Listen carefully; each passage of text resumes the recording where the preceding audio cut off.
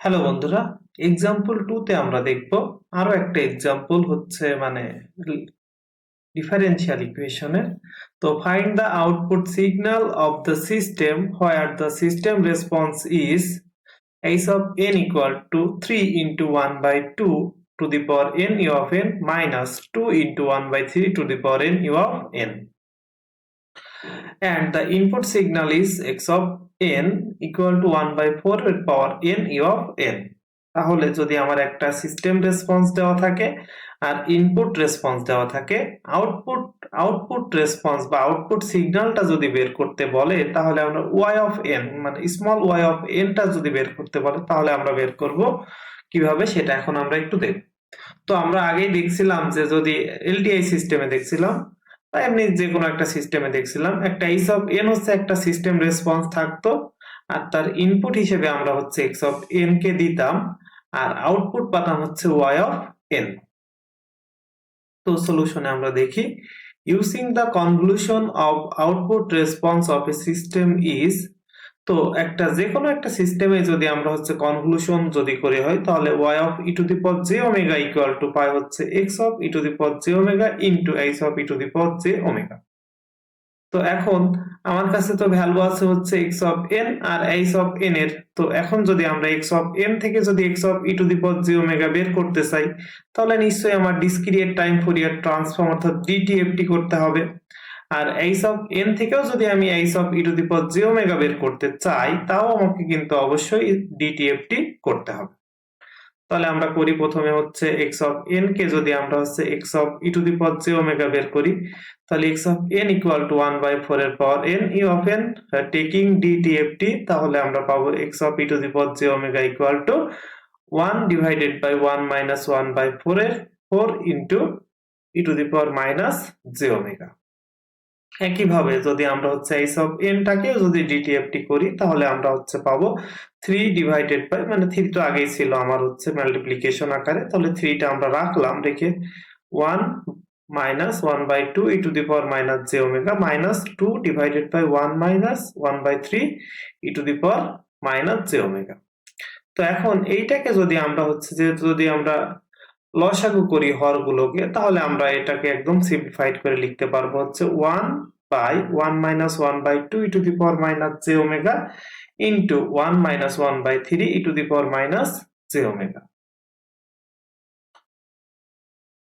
তো এখন যদি আমরা এই যে y of e to the power j omega এর ভ্যালুটা বের করতে চাই তাহলে আমার এখন x of e to the power j omega এর ভ্যালুও আছে,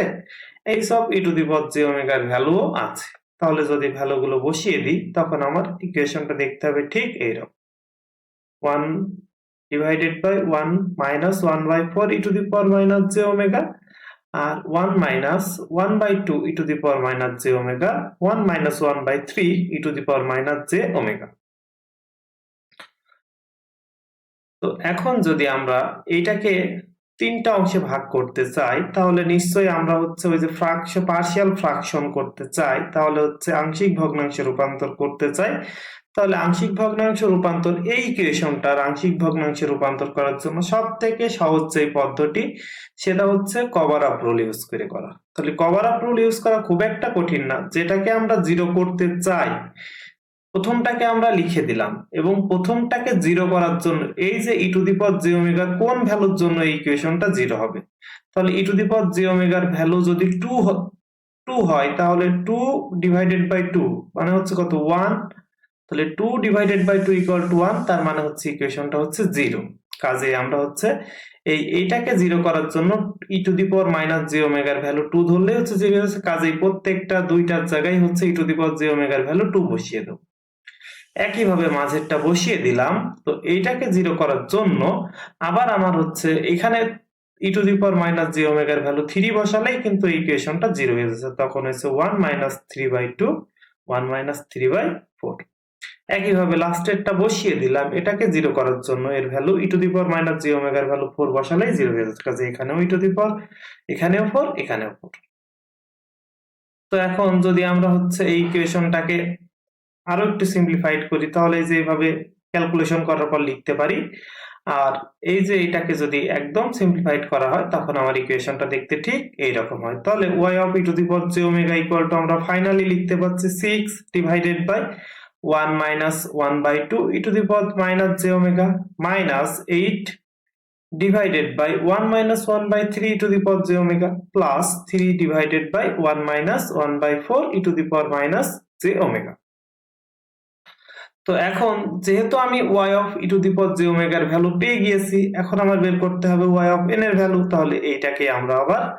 ইনভার্স DTFT করব। তাহলে ইনভার্স DTFT করলে আমরা জানি যে হচ্ছে x of n কে যদি DTFT করি তাহলে মানে a to the power n of n কে যদি DTFT করি তাহলে পাই হচ্ছে 1 divided by 1 minus a e to the power minus j omega। এখন যদি এই যে 1 divided by 1 minus a e to the power j omega কে যদি ইনভার্স DTFT করি তাহলে নিশ্চয়ই এটা পাবো। কাজে এর সাথে যদি মিলাই তাহলে আমার ইকুয়েশন হবে হচ্ছে y of e to the power j omega K inverse DTFT বা IDTFT করলে পাই হচ্ছে y of n, আর 6 এখানে থাকলো, এর সাথে মিললে a এর পাওয়ার হচ্ছে 1 by 2 to the power n of n minus 8 into a এর পাওয়ার হচ্ছে 1 by 3 to the power n of n plus 3টা এখানে থাকলো 1 by 4 এর পাওয়ার n of n। এইটাই হচ্ছে আমার এই সিস্টেমের output response y of n। এটাই হচ্ছে আমার output response y of n। তো ধন্যবাদ সবাইকে এই ভিডিওটা দেখার জন্য।